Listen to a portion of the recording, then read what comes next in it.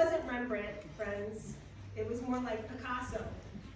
The lips protruded out and they met somewhere in the middle. It was a good indication of the love that my parents had for each other. They were always together, they were always kissing. They had a perfect love, and they were a perfect model for what I wanted in my marriage when I grew up. My mom was quirky, thrifty, loving, and so strong and resilient. After every surgery she endured, she would always be so excited that the future would be less painful, that maybe the doctors had fixed one of her many health issues. She never complained about her pain, however, she was in tune with her audience, always concerned about everyone else, especially Dad. When she came off the vent, one of the first things she asked Roland was where Dad was sleeping every night. And one of the days that I was there, she always would say, and anybody that was there, they tested this, they said, she's, get out of here. Go home, go eat, get out of here, I don't want you here. So finally one day I was like, all right, Mom, I'm gonna leave. She's like, get out. And then she said, wait, put Reba on. She wanted to watch the Hallmark Channel with Reba. It was around the age of 12 when I had an unhealthy collection of stuffed animals. It was worthy of being made fun of. I remember talking to her and telling her that I had so many stuffed animals that they were on top of each other, and I was worried that they couldn't breathe. The mom I would have said, get rid of them. It's time to donate. Like, put them in a bag, let's get them to the donation. But not my mom.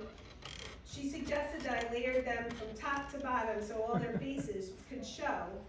Just one of the many pieces of advice she gave me over the course of my lifetime.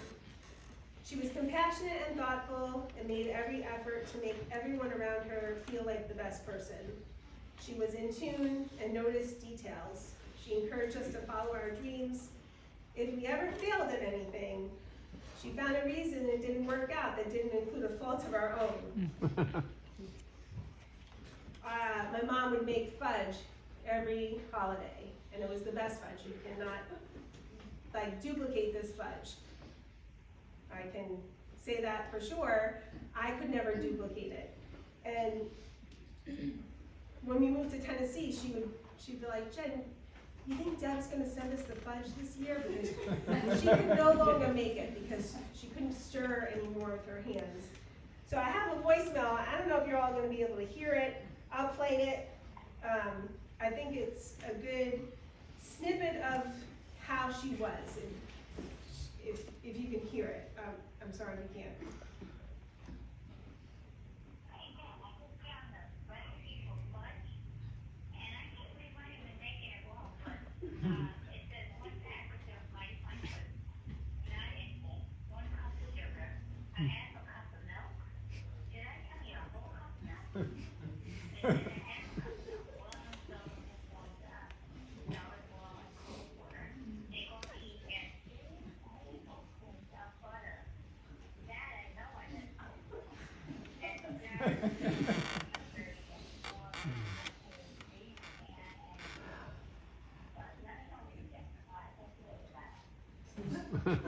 It was not my fault. It was obviously the directions were given. It was not my fault.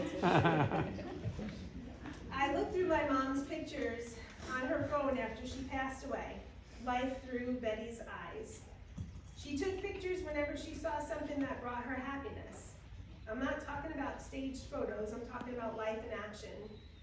A picture of Dad making dinner,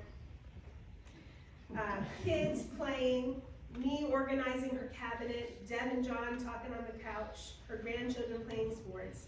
She squirreled away these moments that made up this grand life. Mom wanted very little. She wanted her grandchildren to be happy and to know how proud she was of them, how much she loved them fiercely, and she wanted her kids to get along. So that's me, Deb, and John, and we're working on that. She wanted my dad to be okay. He will be. And she wanted to be home, and she was.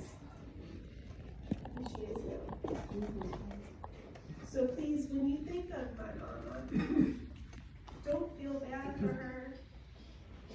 She would have hated that. She really did have a wonderful life.